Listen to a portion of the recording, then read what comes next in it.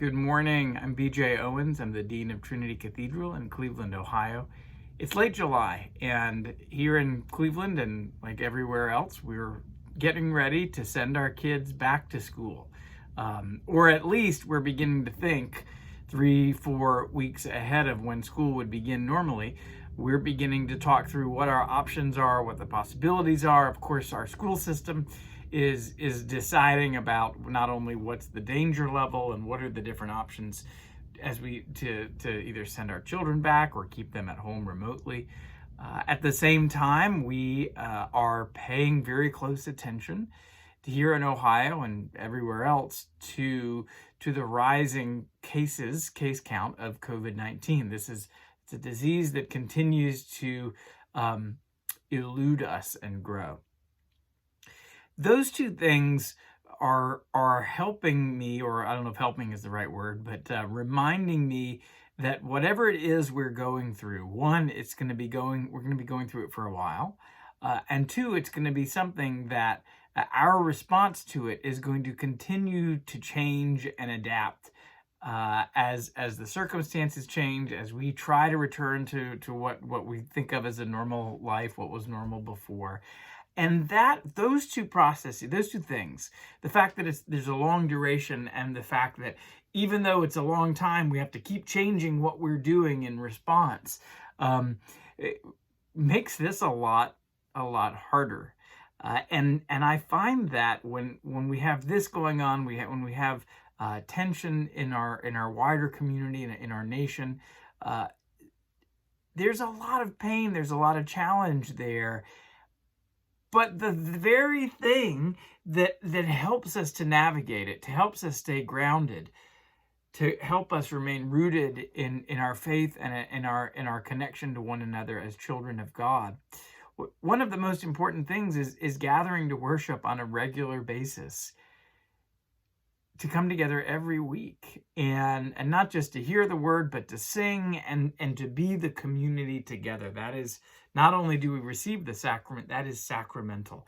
And so I'm thinking, how do we navigate this time when one of the painful outcomes, realities, is that it keeps us from doing the very thing that would help us to hold together, to stay grounded and rooted.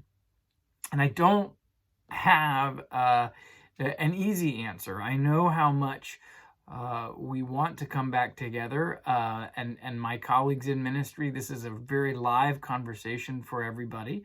I'm not talking about that today. I mean, only that we continue to discern and watch carefully, and for a time when we feel like it's safe to worship more regularly.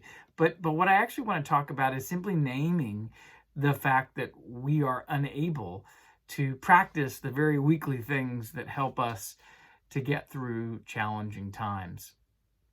So how do we get through that? I think one of the things that we do is that we identify those practices, those joys, those things that help us carry through our whole lives, not just difficult times. Finding rhythms of prayer, finding rhythms of engaging scripture, finding simple practices like taking walks or picking up the phone and reaching out to people you haven't talked to in a while. Little things that help us to remind us of the sacramental presence of every day of our lives. And this doesn't take away the importance of worship.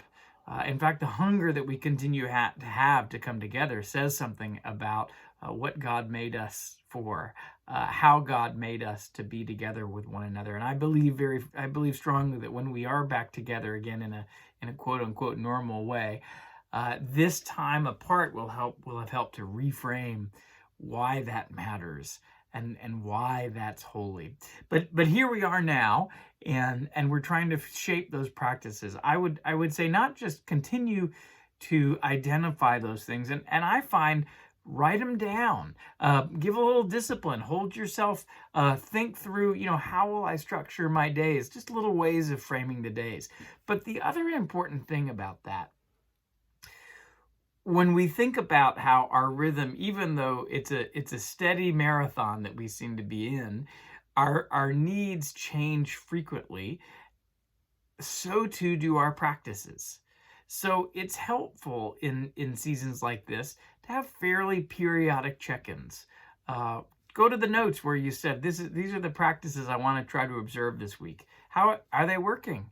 Are they something that continues to feed you, or finding new ways of doing that, finding new ways of doing daily prayer, finding new ways of reaching out to people that you care for, because everything doesn't stay the same. Oddly enough, in a time where it sometimes feels like Groundhog Day and we kind of relive the same experience over and over again, it actually helps in the midst of that to check in with yourself every once in a while and say, are these practices working? How can I change them? What do I need to sit down and lay fallow? And what might I try? These are just simple ways of thinking about marking time at a moment when we cannot mark time in quite the way that we usually do. God is still richly present in all of it, perhaps in a way that we haven't seen before, and there can be a gift in that. It's also okay to be sad and to feel that distance, because it always is an echo of what God calls us to be, which is a community to be together in worship and prayer and song and service. We are together in a different way, and I continue to hold you in my prayers, and I ask you to continue to hold the people of Trinity and the community of Cleveland in your prayers as well. Blessings.